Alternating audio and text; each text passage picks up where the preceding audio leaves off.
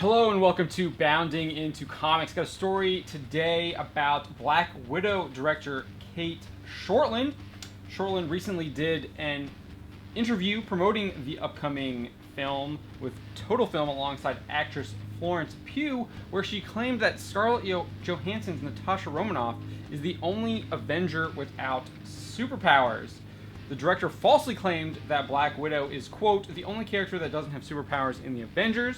Apparently, Hawkeye gets the short end of the stick again. Also, Iron Man doesn't technically have powers, but does have access to a super suit. Others like Ant-Man, Falcon, and War Machine also only use suits and do not have superpowers in the Marvel Cinematic Universe. After falsely claiming Black Widow is the only one who doesn't have superpowers, she claims the lack of superpowers is, quote, a strength, Shortland explains. We saw that as a strength because she always has to dig really deep to get out of shit situations. And we just put her in a lot of hard situations. I thought about women walking to the train station being attacked and what happened. She continued, Natasha's like Jodie Foster's Clarice from The Silence of the Lambs. It's great because when she holds her gun, it shakes, but she's still really tough inside and resilient, and I wanted to bring that to the character. So you're not just watching her fly through situations knowing she'll get out of it, you want to see her grit and determination, and that's what we got, Shortland concluded. Pugh would also weigh in on the film, claiming that it is about the, quote, abuse of women, end quote. She told Total Film, this film is about the abuse of women. It's about how they get involuntary hysterectomies by the age of 8. It's about girls who are stolen from around the world. It's so painful and it's so important. She went on to say, part of the excitement for me is that women and girls from around the world are going to see this and are going to see an abuse story that really was challenged by its own victims. For a Marvel film to be reaching all of those levels, it is so exciting. The best thing about that is it's not layered with this color of gray. You'll see these women strive and be strong, and they're assassins, and yet they still need to discuss how they were abused. It's an incredibly powerful piece. Pugh had previously described the film to actor Beanie Feldstein in Variety's Actors on Actors series as raw and very painful. She said, I think we've made something very raw and very painful and very beautiful, and I think people are going to be really surprised by the outcome of a big action film having that much heart. She continued, and I know lots of people will be emotional about her because her character had such a hard ending in Avengers Endgame, but it was special learning from her, and she's been doing this for like 10 years in those films. For this to be her film was special, and I got to be there and see how she does stunts and lives it, and it's so her. So these comments also come after Black Widow film writer Jack Schaefer declared back last August 2019, that she is not interested in adhering to comic canon that is discriminatory in any way or that violates my value system.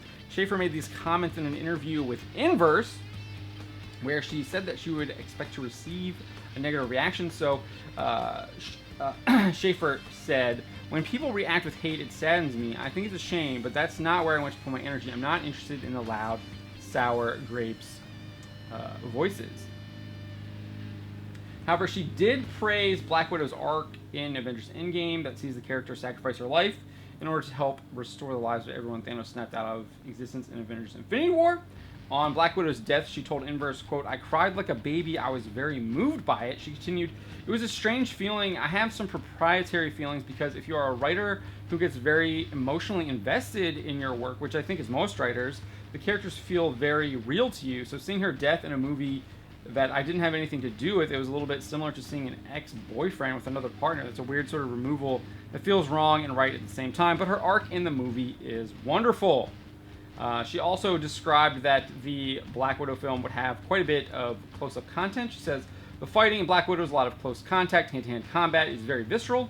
There's a lot of aggression and power in a very human way that I find really satisfying and really exciting to watch, but it's the polar opposite to writing for superpower characters.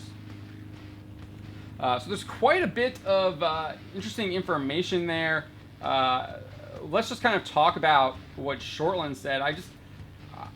I'm hoping that she's just trying to use that to promote the film, and it's not like she actually has no clue about the rest of the Marvel Cinematic Universe, but that wouldn't surprise me. I know I've done interviews with people that get these roles, and they have absolutely no clue about the characters that they're playing. They don't understand who they are. They really don't have any idea about the comic book characters, and they don't actually do any research. Well, there are people that do that. There's quite a bit of people that they just don't do it. They don't see it as something that they need to actually look at and understand, which is a shame. These people should be doing research. That's their job. They are supposed to be becoming these characters on screen. And if they're not doing that, that's a big problem. Fortunately, Black Widow does have quite a bit of screen time already. We've already seen her in the MCU, which that actually makes it even worse that you're saying that she's the only non-superpowered character in the MCU when you already have a decade worth of films where it's very clear that she is not the only one who's not superpowered.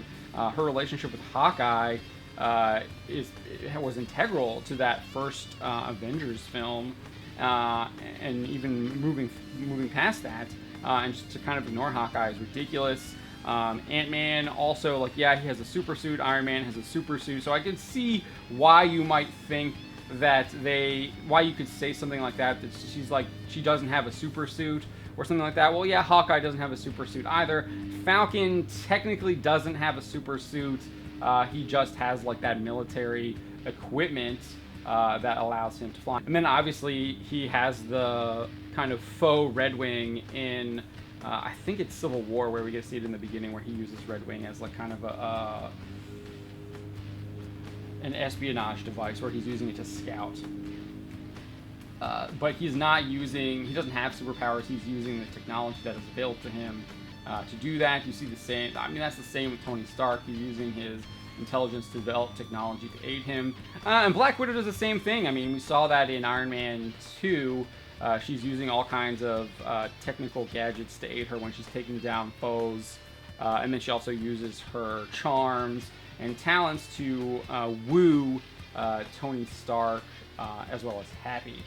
So yeah, I just think it's just ignorant. It doesn't look good. Hopefully we won't hear more of this as they promote the film in the future.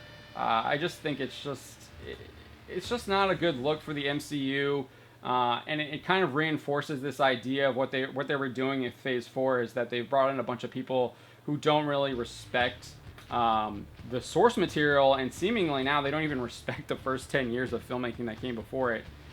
So we'll see what happens. I still don't think the outlook for the future of the MCU is that great, but I am interested in seeing what happens with some of the Disney Plus shows, maybe WandaVision and Falcon and the Winter Soldier. Some of the others, like Ms. Marvel, I'm completely uninterested in. And She-Hulk, I mean, I don't know. We'll see what happens there.